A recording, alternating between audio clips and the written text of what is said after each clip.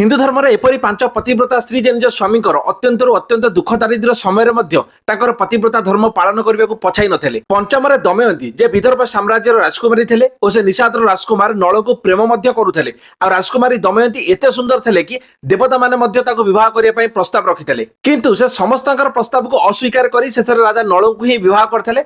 जब राजा नल सबकि हराई संपूर्ण कांगाल हो जाते सेबे दमयंती पतिव्रता धर्म को छाड़ी नथिले। चतुर्थ अरुंधति जे ऋषि वशिष्ठଙ୍କର पत्नी थे और तांकर पवित्रता और पतिसेवा संबंध में महाभारत में उल्लेख कराए कि अरुंधति सतीधर्म बल स्वयं त्रिदेव को सामने हार मानिया पड़ता। तृतीय सावित्री जे जड़े राजकुमारी थे और से निर्वासित राज्यर राजकुमार सत्यवान को विवाह करते।